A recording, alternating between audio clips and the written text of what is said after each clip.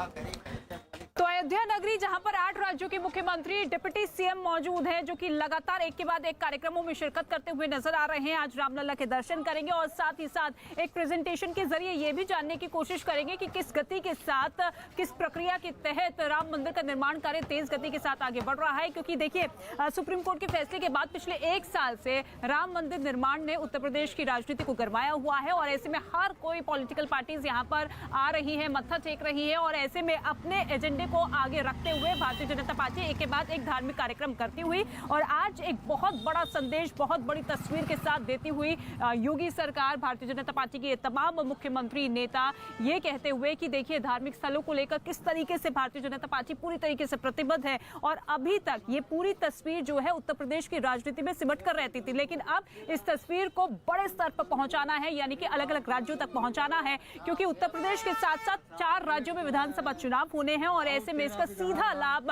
Bharatiya Janata party को मिले।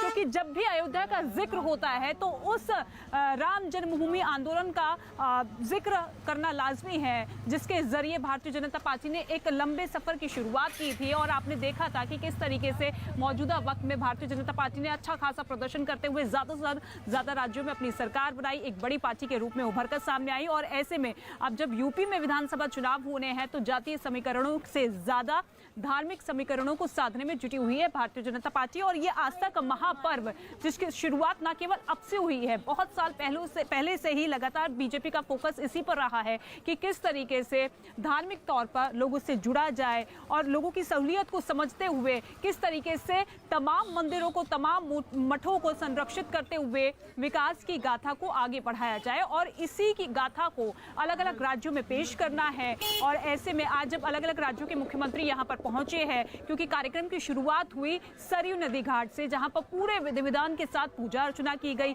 फिर उसके बाद हनुमानगढ़ी, ये पूरा का पूरा मुख्यमंत्री का जो रैला है वहां पर पहुंचा।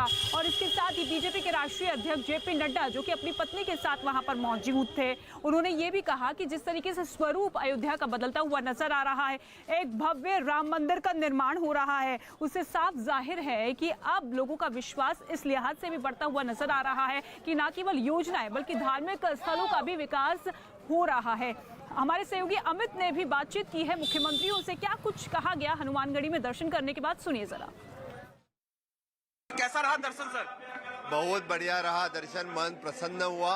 मुझे लगता है यहाँ आने के बाद यानी बहुत ही मन प्रसन्न हुआ। मुझे लगता है मैं आदित्यनाथ योगी जी का, मोदी जी का बहुत बहुत अभिनंदन करता हूँ कि जिस तरह से यहाँ पे डेवलपमेंट हुआ है, इसी तरह से मैं उनको बहुत बहुत बधाई देता हूँ। इसके बाद रामलला के दर्शन करने के लिए जाएंगे? अभी इसके बाद में रामलला का दर्शन होगा, अयोध्या में जाके रामलला का दर्शन। कैसी रही सर सरयू नदी की? बहुत आरती बहुत अच्छी रही, मन प्रसन्न रहा। बहुत बढ़िया, जय श्री राम। पहले काशी और उसके बाद अयोध्या पहुंचे। जय श्री राम, जय श्री राम। कैसा रहा दर्शन? बहुत अच्छा दर्शन हो गया, बहुत अच्छा दर्शन। बहुत बढ़िया, बहुत अच्छा लगा। अपने आप को भाग्यशाली महसूस कर रहा हूँ।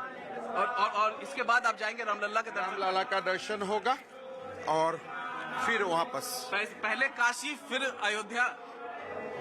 सनातन का जय हो।